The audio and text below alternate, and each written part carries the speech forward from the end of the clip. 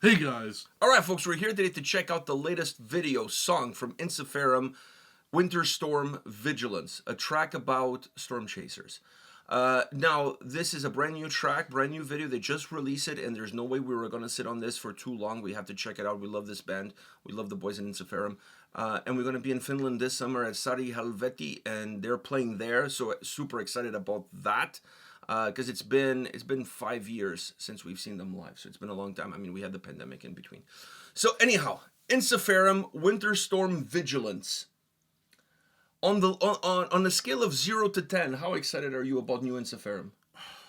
11. That's the answer I was looking for. Anything besides 11.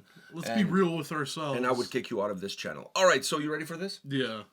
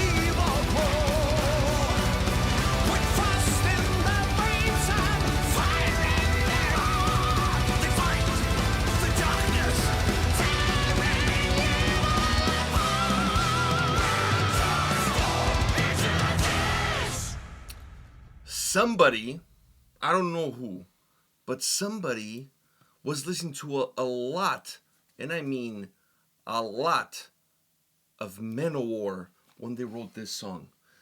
Because for those of you who are not well versed in Manowar lore, Oh, well, lore and Manowar in general, go check out the song Defender. Go check out that track, and then tell me if this song doesn't. This song is like an extended version of that, but better, with better riffs.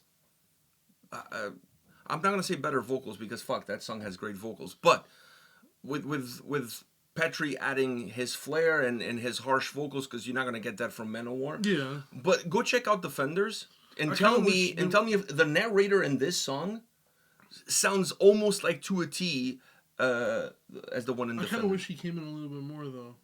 You wanted more Petri? I wanted more Petri. Nobody puts Petri in the corner. In this song they did. They put him in the corner, and the guy and he's. Dude, but those clean vocals are fucking amazing. I know, but they put him in the corner. Since he joined the band, which was the last record. I know. But I'm saying... What a steal. Let me just say this. I don't know how they found that dude, but what a fucking steal. Because he had so much more to the band. Like, he had so... I was listening to this song, and I'm like... I'm shocked that Glory Hammer, when they were looking for a vocalist, they did not hijack this guy. Because not only he could sing, he could play keyboards for them too. So technically, they could fire the keyboard guy and save some money there and have one guy do two things. Give him a guitar and whatever. Fuck. Just saying. He's a steal. Because he adds so much to the music. He kind of even reminds me a little bit of... like, he has like a Blind Guardian also type of range to him. Like, similar ranges between both vocalists. Similar texture to the voice. Similar texture to... very similar texture. Yeah, very similar texture. So he is a steal of a vocalist, but come on, don't put Petri in the corner. He's sitting there in the corner, like he's watching all the sword, and he took out his lightsaber. I know, you know what he's thinking? What? Don't worry, guys. This summer I'm releasing my legendary demos. Oh. Wait until I release my legendary demos. Dude, that's going to be... I think that's going to be... I'm sure if Petri digs through those hard drives of his, I'm sure he's going to find some legendary demos. I don't know of what band, but he's going to find some shit. He's going to be posting, he's going to be like, this legendary demo is from last week. That's not... I had to dust it off a little bit. I had to re-record the vocals, the guitars, the drums, the bass, and remaster it. I wrote it 3 times. I wrote it back in the cold years of 2020. I wrote it on a trip to Japan when I was touring with Norder, and I wrote this song, and it wasn't as good then as it is now. Yeah. It aged really well. It's like a fine whiskey. It's like a fine malt. It's like a fine whiskey. Yeah. And but if you wait until that happens. Yeah, and then he's gonna be like, if you guys are a fan of the band Whispered, that kind of has a little bit of that. Nobody's a fan of Whispered anymore. I'm a fan of Whispered. Dude, not even the guys in Whispered are fans of Whispered, considering that they haven't released any music in like fucking 30 years. Guys, I'm still here. Your loyal fan is still here. All of them committed harakiri. The whole band committed harakiri. There's no fucking Whispered anymore. After that night in Tampere, they just put it to a bitter end. It was like the last 5 Ronins, and they just fucking committed harakiri. The 500. Anyways, all the guys from Whisper. Well, there were not 500, but anyways. Yeah, but there was the last of them, man. And it was not even 500. The movie's 300, and that's a different kind of movie. It's not even about samurais. Yeah. Those guys were like Greeks or whatever. That's the one I was thinking, but it's called 300, not 500. Not 500. Fuck, it's a big difference. If there was 500, if it was 500, they probably wouldn't have lost. They probably wouldn't have lost. I was gonna think 200 might seem like a small number, but it makes a fucking difference. Technically, 1 was like the power of 10. Yeah. So 500 would have been like the equivalent of 5,000. So, you're only as strong as your weakest link. So, anyhow, enough of these shenanigans. What do you think of this song, really, as a first single for the upcoming record? It's really good. It's a really good video and song. It does give me a lot of... I said vocally Blind Guardian, but the song itself gives me kind of old Blind Guardian. Because the song itself has a mystique to it. Yeah, like, because of the story that it's telling. Like this Narnia-ass story. Fuck, there's fucking horses very flying Narnia, through the air. Dude. And they don't even have wings. It's not like they're like, what do you call Pegasus? They're not even Pegasus. They don't have wings. They're that cool. They're that cool. You had like Joan of Arc's fucking soldiers. No, it was, and then you saw Brittany Slice from Unleash the Archers. Like, yeah. This video has everything, and Kind of look like the main character from the Horizon Amazing Zero Dawn. No, and the dude from the Amazing Four, whatever those superheroes. Fantastic Four. The dude from Fantastic Four was there. Yeah. They slayed that guy too. He was hard as a rock. He was rock hard, basically. He was rock hard. So anyhow, now I promise that's it with the shenanigans. The song is good. No jokes aside, like all jokes aside, the song is very good. Like I said, it reminded me of old Blind Guardian, because of that Narnia feel of not only the song but also the video. And whenever the lyrics, the storytelling, and the storytelling, it's very Blind Guardian like, but it has the Ensiferum folkiness. Like, yeah, it's like if Blind Guardian and Ensiferum had a baby, but it was like more one side. Yeah. There was more Ensiferum DNA. There was more of one side than the other side. Like, yeah, you know, that's what this feels like, and I'm not hating. This like that's two really fucking good bands that you're kind of mixing together a little bit. Sprinkle in some Manowar, like I said, that Defender. Go check out that song. I don't know. I can't pretend to know. But no, like I don't. I know you don't know, and people know you don't like Manowar, so I'm not expecting you to. I know. But for me, as a guy who grew up listening to Manowar, like when I heard this song specifically with the narrator towards the bitter end, it reminded me of that track from Manowar. It totally reminded me of that track. But anyhow, sorry. You know, the song for me, I really enjoy it. I really enjoy this song. All jokes aside. But I feel like there's a but coming. No, I was just gonna say, don't put Petri in the corner. That's your only but. My but is that I kind of wish he was in a little bit more. But the problem with that is, for a song that has this feel, this but use him as an underlying, this cinematic feel. It's hard to hit with those harsh vocals. I know, but I think if he came as more, it's hard to tell the story when you sound like a fucking 60-year-old smoker. I know, but during the battle, like, and I don't mean 60-year-old. Let me rephrase this because he is a smoker and he doesn't look 60. I'm not. I meant like an old smoke. Like, okay, I'm digging a deeper hole with this. Moving on. He's gonna see you flip that up his moose fucker. He's gonna throw a rhino at me or whatever. Rhino. Wherever that shit is. I those know, slippers. or Rhino, whatever the fuck. Rhinos, yeah, Rhinos. He's gonna flip it up like a chancla and hit you with it. It's like that. And when you get closer, he's gonna pull out his lightsaber and hit like you. Fucking moose fucker. Am I right with this lightsaber stuff? Because I swear he loves Star Wars. Yeah, he's a big Star Wars guy. He's got Star Wars tattooed on his knuckles. Yeah. I was like, I'm like, I know he likes Star Wars, but we haven't made jokes about that ever. Imagine they made a mistake on the tattoo and put Star Wars. Oh, that would have been epic. That's actually a movie, by the way. Different kind of movie. It's not part of the trilogy, original or the one that came before. I don't know if they have their own trilogy or not, but you can Google it. It definitely does. It definitely goes in chronological order. No. All right. So, anyways, your only beef is Petri not having enough of a. Yeah, it's not like he needs to have like. I think with this song, I think I'm okay with it. I'm okay with it, but as a first single for an Ensiferum project, he is like, you know, he's the EN in the Ensiferum, so like you kind of need some good representation if it's gonna be your first single. Right, and having him a little bit more in the song, maybe as like an underlying vocalist. Then why not just pick a different song where he has more of a role? Yeah, that would have worked too. Because then I feel like I wouldn't have too much of a problem with it if it wasn't the first single. Because the first single is normally you bringing in the fans of the band, while also bringing in new fans, while also showing off what the new album is going to be about. And I feel like it didn't really bring in a lot of the older fans because he's not fully in the track. I know, but this is the new face of Ensiferum, right? Like, I mean, they have two vocalists now that. But that doesn't mean you need to overshadow one with the first single. Like. So let me say this: I love this song. I think it's an epic track. It has a lot of great things that I like about the song, including the like you said, the Blind Guardian vibe, the Manowar vibe. Like, and it's still an Ensiferum song, and I love it. Now, I have two questions in my mind. Is this a good representation of what the album is going to be about? Yeah. Is the album going to be very storytelling driven? And I'm not saying that previous records were not storytelling driven, because they were. But they were. But they were not as cinematic because of his vocals, song. Because of the clean vocals is what makes them cinematic. Yeah, so my question is this going to be a good representation of the album? Is the album going to take this more fantasy world cinematic feel and approach?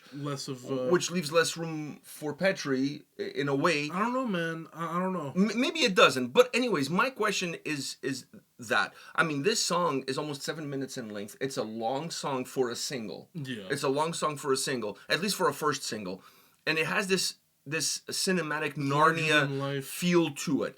So, is this going to be a good representation, or is this like a one-off? All right. So this is my point. This is the question. But now I have even more questions that can't be answered. But hold on. So this is my question, because now the follow up from this question is: if this is a good representation of what the album is going to be about, then I'm okay with this being the first single. Because if this is going to be a good representation of the album, if the album is going to have this Narnia feel to it, then I feel like this is a great representation because it kind of sets the bar. It sets the tone. This is what the album is going to be. It sets a very and high. it's a really good song. But if it's not, then it's not a good first single in my opinion. I was just going to say that. Perfect. And if it is, I'm not going to lie to you, I may not be a big fan of the album. Because, well, as an Ensiferum album. Because I will love the music. Shots fired already? No, I will love the music. If this is all, if it's this style for all the tracks in the song, all the tracks in the album, I will love the album. I'm not saying I won't, but there will be a little bit of a sour grape in my system at the end of the album because, like I said in this song, I love Petrie's voice. I love his harsh vocals and what they give to the band. So I'm hoping that this isn't. I'm hoping that it isn't. I'm hoping that the rest of the album is similar to this, where it is the storytelling vibe. But I'm hoping that I'm hoping that the vocal balancing is a lot more balanced within the next track. Because don't get me wrong, I love the clean vocals. I love him. He's amazing. Like I said, remind me of Blind Guardian, and Blind Guardian is top tier when it comes to those storytelling clean vocals. So. I'm not saying I won't like the stuff. I'm not saying I don't like the song. I'm just saying that if this is the exact representation, this is exactly how the rest of the album is going to go, I will love the album, but at the same time, I'll have a sour grape. Well, depending. Maybe, like you said, maybe the vocals That's what will I'm be a little bit more hoping. balanced. If this is not a good... If this is not the full picture of what the album is going to be, if this is like a one-off... Then it's not a good first single. Then I don't know if this is a first good single. I would like to have seen a shorter song, a more catchy, hookier song. A song that's more balanced. More balanced, or even maybe has a little bit more of an old school Ensiferum vibe to Something it. to bring the older fans in. Yeah. And then later you can hit them with this. You can hit them with this. Yeah. So still a lot of questions to be asked and answered, I guess you could say. This video and this song left more questions than it did answers. Exactly. So for if you want people to talk about an upcoming new record, maybe this song is a good song because you'll have people talking. Yeah, exactly. Because now where's the album going to be like? Now I'm very invested in the next single and the album in general. Me too. I'm excited to see what it holds. Yeah. Because the last record was really good. Yeah. Was really good, and there was that gamble of having clean vocals, and there was a change but I felt like there in was dynamics. A little bit more balance.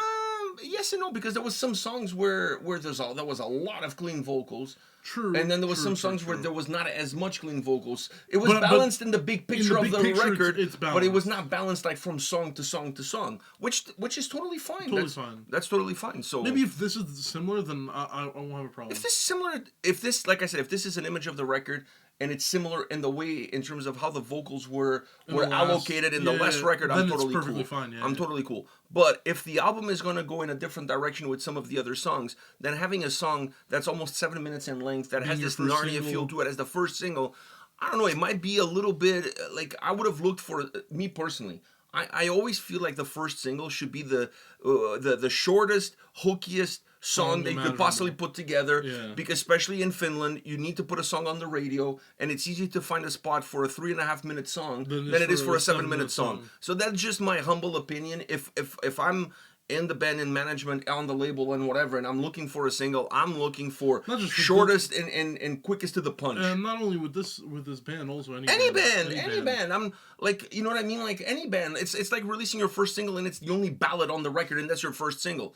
I'm not saying that the ballad cannot be a single, but it should not be the first single. That's all I'm saying. Like, I don't know, from a fan standpoint, from somebody who is looking more from that angle, that's kind of what I always look for. And also looking at more of the bigger picture when it comes to consumer basing, like, you know, singles is the way. Like, a lot of people will listen to more singles than they will full-length albums.